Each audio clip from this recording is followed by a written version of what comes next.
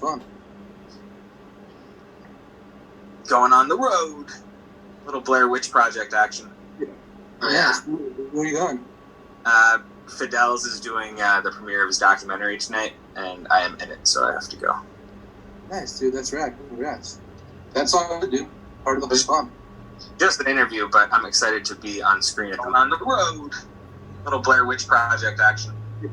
Oh, yeah. Where are you going?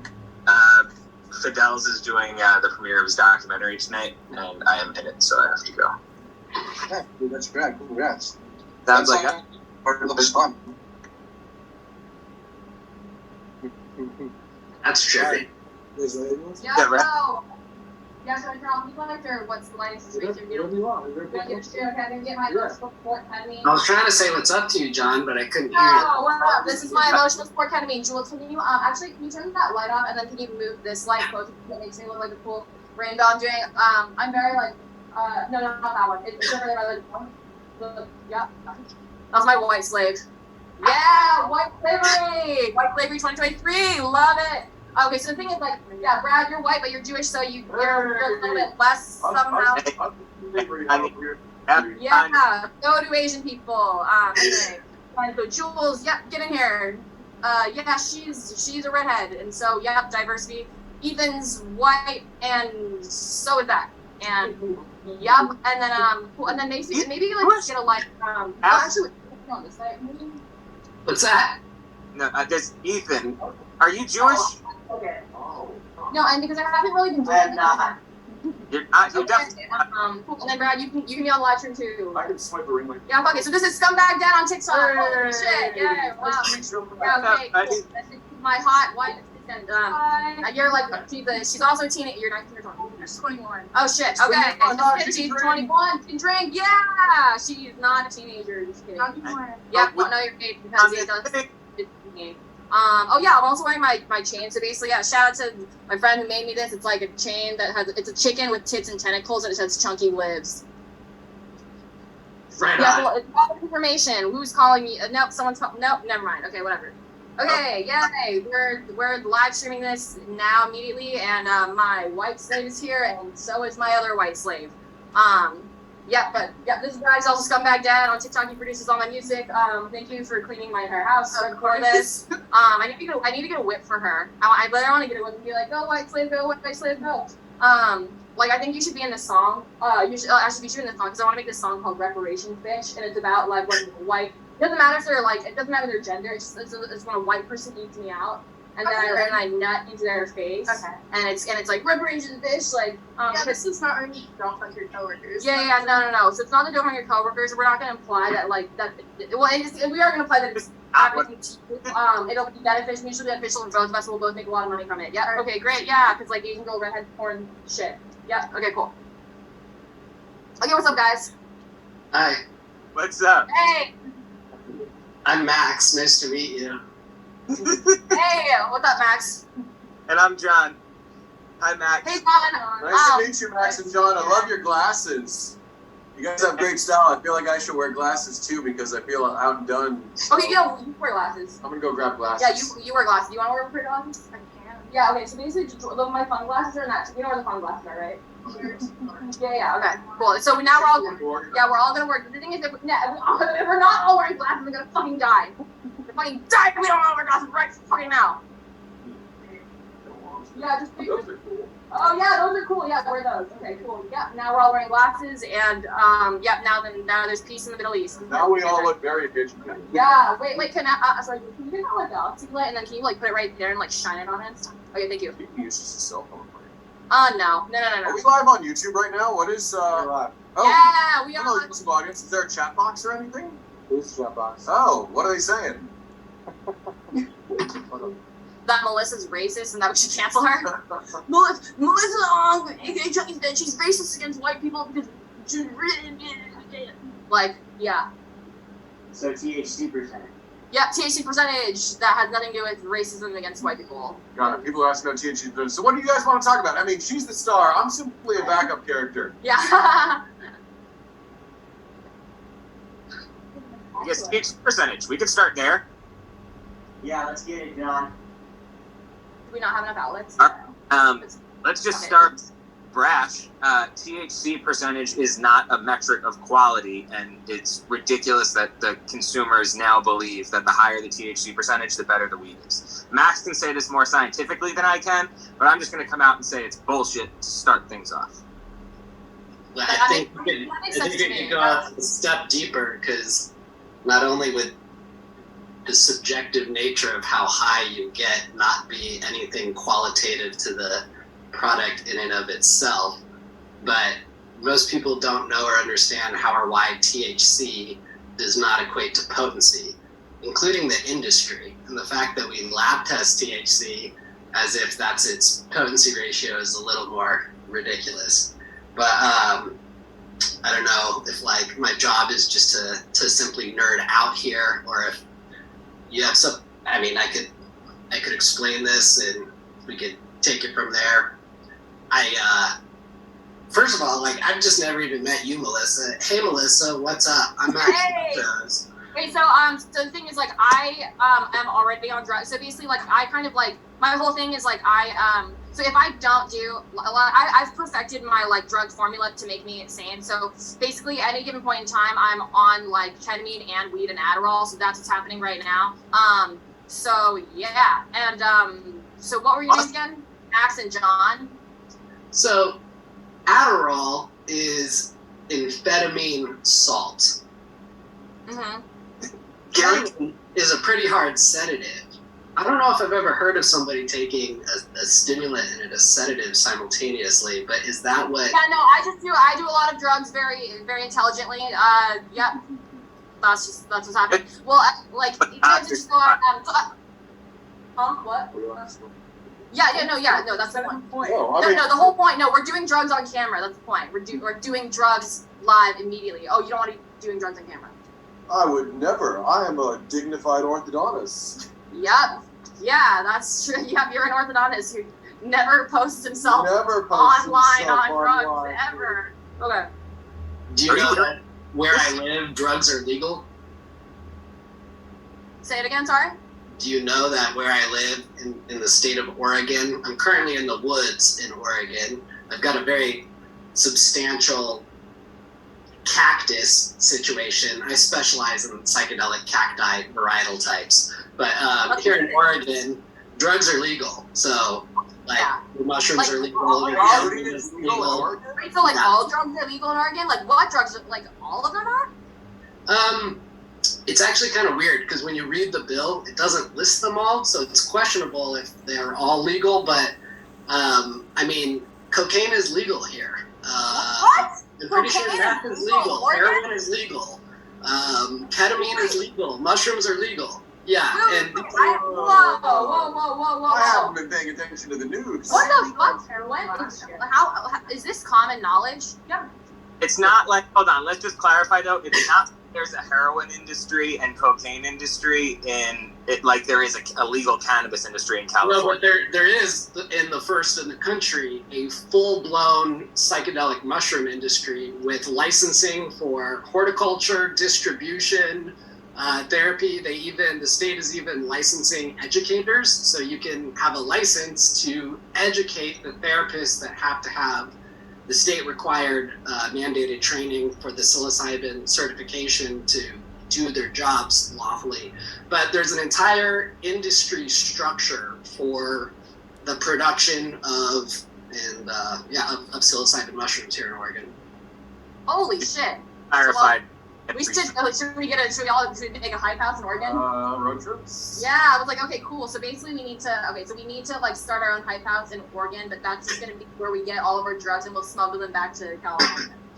Sounds like a great announcement to me. No.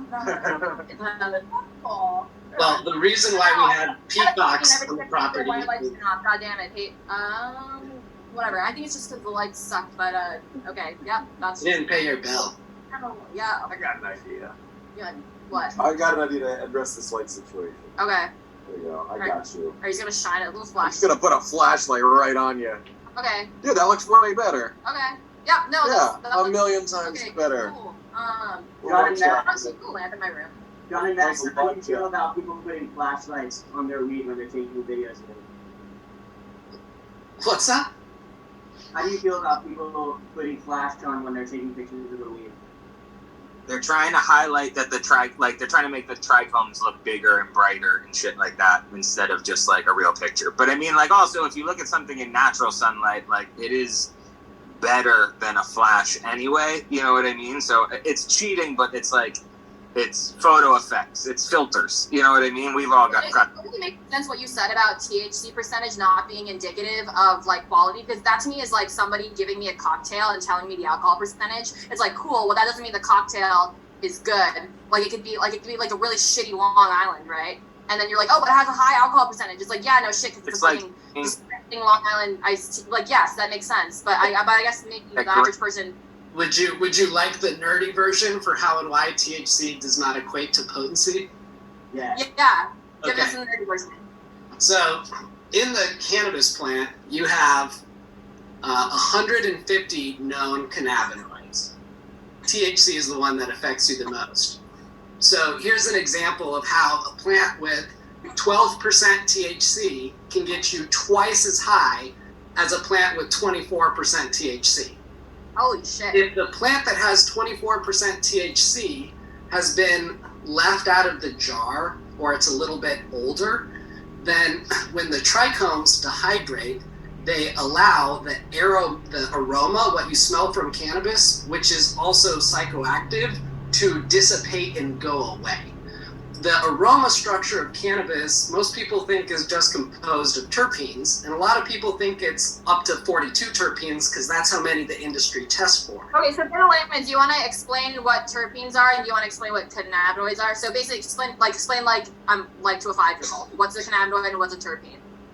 Well, I'm going to hope that the majority of people watching this weed show on YouTube, for the most part, understand what Okay, cool. Then never mind. cannabinoids are. And I mean, I could tell you about like the molecular structure of these isomers and how they're evaporating hydrocarbon. Fuck that. That's too. But I don't think you want to get into that. The point is terpenes like limonene is the smell of citrus, right? Or linalool or all these other things are psychoactive. So when linalool, the smell of lavender, is a sedative. So when you combine a sedative with THC, you get stoned. If you combine a stimulant with THC, you get high. So the aromatic structure I didn't realize. Holy fucking shit! I think you just blew my mind. dictating where your effect is going. But there are 200 terpene types, up to 200 terpenes in a single sample of cannabis, and there's also alcohols, esters, phenols, polyphenols, And testosterone. flavons, sulfur compounds, and other aromatic chemistry, which is also psychoactive. So the smell of skunk is actually not a terpene. It's a canasulfur compound, which is a thiol. That thiol is psychoactive in and of itself. So when you smoke the smell of skunk and combine that with THC, you are going to get way more high than if you were to just hit a vape pen that only has THC in and of itself. So back to the flower example, if you have cannabis that has 12% THC and it's a young, fresh herb and it's raging in its aromatic chemistry, it's extraordinarily pungent and potent, it could have 2 times, 3 times, 5 times the amount of psychoactive chemistry than the plant that has twice the amount of THC.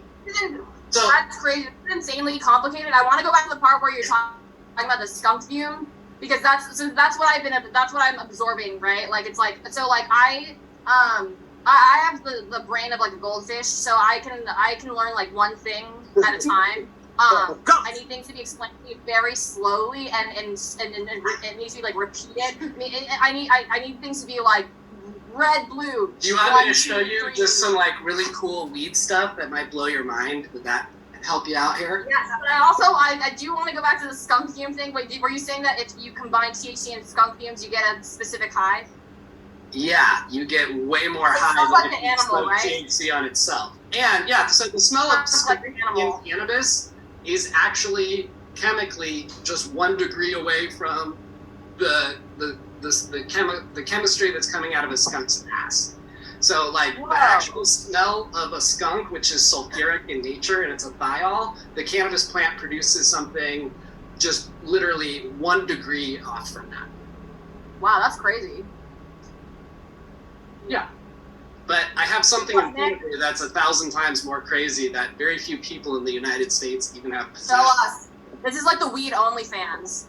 Yeah, actually. Yeah, can you So, John, you actually might you might dig it. So I have a couple plants by me that are potentially not new strains, but entirely new species.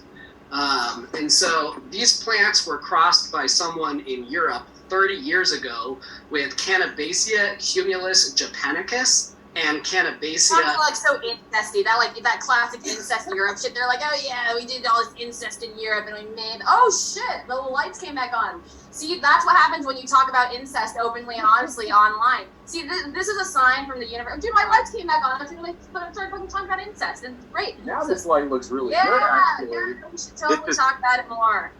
In the context of weed, obviously, not about Europeans fucking their family members. I mean, I know that happens because like anything you can think of happens, you know, probably to somebody at some point. But yeah, okay. So you were saying? I was trying to show you a cross between a cannabis plant and hops, and particularly the fact that this one is variegated, which means Oh, shit. I also feel like 2 different colors.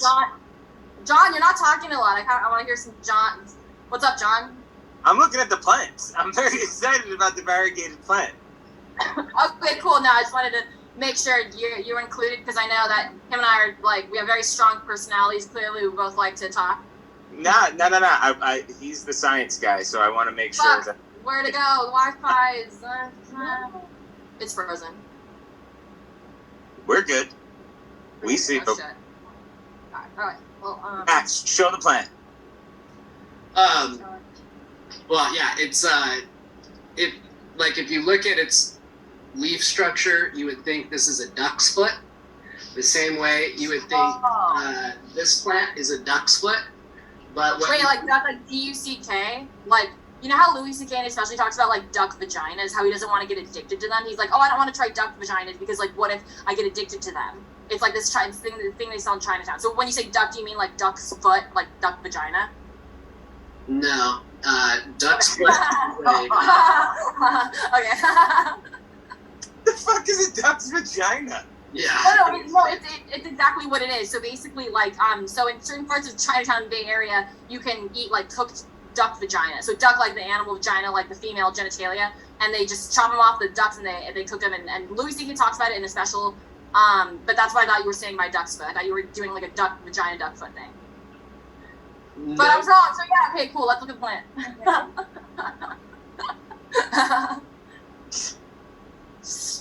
Ugh, this is my emotional support ketamine. So, you don't do the ketamine in a lab environment? I wouldn't say call it a lab environment, but like when you do ketamine medicinally instead of recreationally, traditionally it's not done like in bumps, like where you just like do it here or there, because that's just like getting high on ketamine. Traditionally, it's like where you take a certain dose and go into a certain space and spend time there and do, self work. Is that? I'm doing the other one. Can't relate. I'm doing the one where it's like, yep, I'm having fun.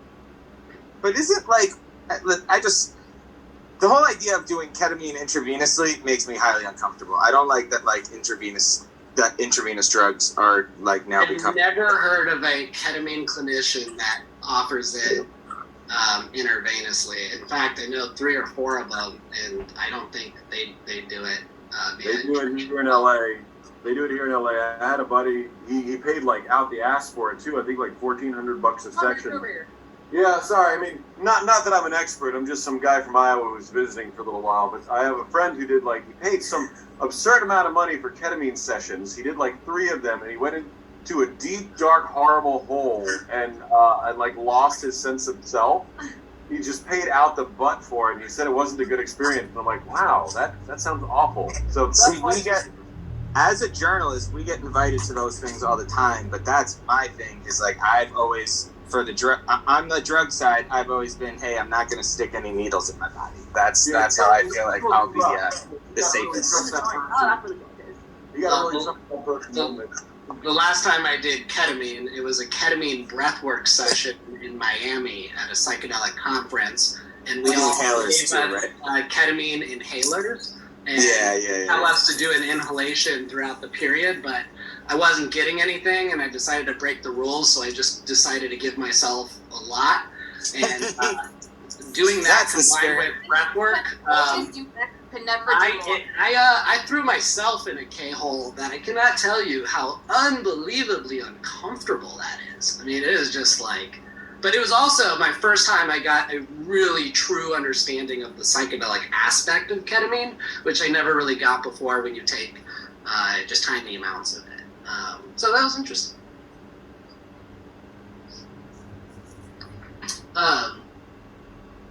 Yeah.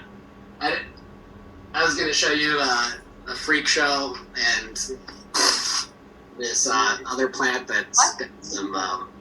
university. Tell us more about your plants. Tell us more about the plants. We want to hear more about the plants. We need to hear the geeking out about the plants. Otherwise, we'll die. I tell you what. How about this, Melissa? Let me do this for you. I'll grant you a wish, okay? And the wish that I will grant you is I will stun you with the greatest answer to the most complex and meaningful cannabis question you could ever ask someone in your entire life. Okay. Oh, I have to ask a Is this question. a riddle? Yeah. No. This is you getting an opportunity here. Tell you about why they're not indica and sativa, all cannabis plants, why none of them are indica or sativa, or what? I mean, we're talking, you got to assume they know nothing. So they think indica, sativa, I want to get up, I want to get down. So just fucking shatter that for them. How about that? Okay. So, the reason why the entire industry believes that it is indica or sativa is because people who aren't scientists who wrote the majority of the grow books back in the 70s, 80s, and 90s took one piece of science that came out. I don't have to get it too big into the complexity of this. The long story short, people believe that sativa means stimulating, and it doesn't. It's a plant type, and people also believe all narrow-leaf plant types are the sativa varieties, and that's not even true. There are indica species, subspecies indica, and indica subspecies afghanica. Actually, the afghanica really does have quite broad leaves, but indica species, subspecies indica is a marijuana cannabis plant type that has extremely narrow leaves. At the end of the day, the narrow leaf and the broad leaves do contribute in a general way to what direction the plants could go, but not always.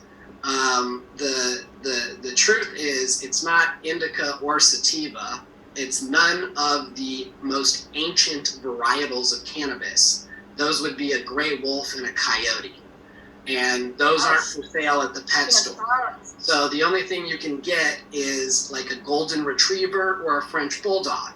And even though those did come from gray wolves and coyotes, now they're domesticated hybrids. The way that all cannabis today is a domesticated hybrid. That is some like the corgi of massive spectrum between stimulating and sedative plant types. That whole spectrum is terpene dependent. And there's... What were you just saying? What was it? Is like the corgi of weed. So you were making like dog to weed analogies. So corgi is my favorite dog. So what's it's not like that. Okay, never mind. I tell you what. You started saying dog shit, and I was like, cool. I like dogs. I'll talk about dog shit. Yep. Tell you what. I'm gonna go make dinner. I hope you enjoy the rest of your session with your friends and the Adderall and the ketamine. John, it was cool seeing you, dude. I miss you, and I can't wait to tell you about that crazy other university project of mine that is coming to a head. So I'll hit you up. I miss you too, buddy. I'm very excited to hear about it. And yeah, I will see you soon. Right on. See you guys. This is awesome. Thanks for teaching us all about weed. So, who's there? Yeah. I see, What's up? Yeah, sorry, I'm in the car now because I have to go. What's up, John? How's it going? Not too shabby. So I think that he was talking about indica and sativa, and he went very scientific with it. But I think that the long and the short of it is that we as consumers have been trained that indica is a downer and sativa is an upper, right? What he was trying to say is that none of that really exists in the marketplace, right? So people say sativa and indica almost arbitrarily, and when they put labeling on packaging that says things like this is a 70% indica and 30% sativa, some schmuck like us just decided that arbitrarily. It's not based on any actual science. So unfortunately, the best thing that we have to go for is really the terpenes, but the labeling, at least in California, but in most states, doesn't actually have any terpene classification. So we're not actually helping consumers learn what they need to learn to prescribe their experience. We're just giving them this arbitrary nomenclature that, because it sounds scientific, we all just kind of stand behind it. It's crazy and it needs to stop. Like, for me, because I'm like a not weed expert person consuming it, right? Because ultimately, I think when I go to buy weed, I'm just like, cool. How is this gonna make me feel? I have like a vague, specific feeling that I want, and I'm like, what's gonna give me that feeling, right? And so the best way for you to get that is to understand terpenes, right? And so like if there's a smell that you like if you really like orange flavored bud, or you really like things that are grapey or gassy or whatever, that is a better way to prescribe the type of feeling it's going to give you than a THC percentage. Like we were saying before, people started thinking that like I'm a basic bitch, right? Like my favorite, before 710 weed, my favorite strain would typically be like Blue Dream, because I like the feeling it gave me. Like how I describe it, I was like, oh, I feel like uplifted, galactical, a little more spacey. It's like more lucid. And like I like the kind of weed that gives you makes your brain feel clear as opposed to foggy. So yeah, and I don't know the specific terpenes for Blue Dream off the top of my head, and if you want to get really nerdy with it, then it also comes down to who's actually growing it, because every plant is going to have nuanced differences to their terp profiles, right? So, and Blue Dream is one of the most common, or was one of the most common strains. If everyone's growing it, doesn't mean that every single one is going to give you the same. For sure. Exactly. Not every single one is created equal, right? I don't know what else is like a pumpkin, all. No, it's like the Big Mac. Big Macs are pretty solid all the time. Yeah, Blue Dream is the pumpkin spice latte of weed. We're not going to do that later. Okay, thank you. Anyway, sorry, what were you saying? Yeah, so basically it's a trial and error process, right? Figuring out what terpenes make you feel what way, and then remembering for next time when you want to say, hey, I want that experience again, going and purchasing that specific terp. Which is admittedly hard. It's admittedly hard because consumers, especially in California, are not given terp profiles on the COA or information that shows all the percentages. Right, we're only given THC percentage. So it led the consumer to believe that when they see 32%, that means it's better than something that's 17%, which, as Max was saying, is not always true. Yeah, no, that look is synonymous to it's like, hey, we have this cocktail menu, and then each of them have an alcohol percentage, and it's like, cool, that tells me nothing about how good the alcohol is going to be. 100%. You wouldn't. Well, it's also you wouldn't say grain alcohol is the best alcohol to drink just because it has a super high proof, right? That's yeah. In fact, you only need to make the drinking 99 bananas mistake once as a kid to never do that again. Okay, so I'm gonna can I just get real with you for a second? Sure. Okay, yeah. So, I nut super hard on weed. Like literally, like when. Okay, so basically, when I'm fucking jerking it, like I want to be high as fuck because like my nuts are like, they get like 10 times, they become like Super Saiyan nuts, right? When I'm like sober nutting, it's just. No. Go on. Yeah, no. So basically, when I'm. Yeah. So when I'm like sober nutting, it's just sort of like, oh, okay, yeah, it's like a gas station nut. It's like it does the job, right? It's like room temperature almond milk. It's like whatever. But then while like but I'm on like super high, like the right kind of high. Like I get like a Super Saiyan nut happening. It's like I'm literally like it's like a Cyclops from fucking X-Men. It's like his beams are like coming out of my fucking vagina, and it's just like fucking Super Saiyan like S tier weed level nut. But not all weed makes me nut really hot. So like what weed is like what's the genitalia stimulating weed? Or is that not the right question? You know what I mean? So I don't know specifically what weed that is, but what I would say is the next time that happens to you, you should record what type of weed that is and then say, okay, I know that like White Tahoe cookies makes me feel like this, and I want to go this is get like the more hard of that. nutting weed. Yeah, I'm sure it's Dude, probably like different for men and women too. That makes me nut.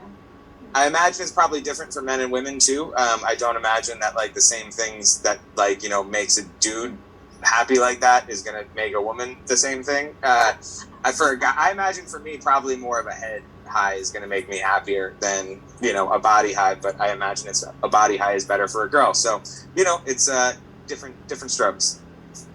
Definitely strokes for sure. Oh man. Okay, so. Wait, holy shit! That's our. What else? Oh, let's make a song called "Different Strokes." Different strokes. That's so fun. I'm sorry, my music producer's here. Okay, so we need to make a song called "Different Strokes," and it's a song about masturbation. Like that's fuck yeah. Okay, great. Got him. Sweet. Yeah, we need to make some different strokes for different. Maybe we should different. Okay, whatever. I'll think. Different strokes for different folks could be the name. Yeah, that could be the name. Okay, we'll figure it out. Yeah. Different strokes. Long strokes for different folks. Mm-hmm. Fuck, Okay. so high now. Yeah, I don't know where else to go with this conversation. It's kind of left so many times. I don't know, what other weed shit did you want us to cover? Wait, Zach, Ethan? What if we had the guy ask the other guy to come back to show his plants? I feel like we didn't see the plants. Is that a good idea or a terrible idea? All right, he's done. All right, never mind. Hey, Ethan, did you have any questions you wanted answered besides indica, sativa, and THC percentage? I'm sorry, I'm in a car and it's dark now. When you're shopping for flour, what do you look for? When I'm shopping for flour, what do I look for? THC? No, I'm just kidding. Okay, so listen, the hardest part is that especially in a post-COVID world, you can't really do in the retail store what I would like to do best, right? Like I want to stick my nose in the jar. I want to feel what smell what the loudest is, and that's usually what's going to dictate my decision. But of course, the new system is you're not supposed to see, smell, or have fun with the weed at all before you pay for it. So I would, again, I usually go off of cultivators that I like. That's where I start, and then see what kind of new stuff I have, because I'm always kind of flavor chasing. But again, there's some certain cultivators when Cannabiotics has L'Orange, you know what I mean? I stock up.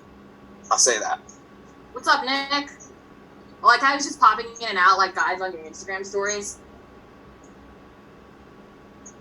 What's up, Nick? Who is Nick?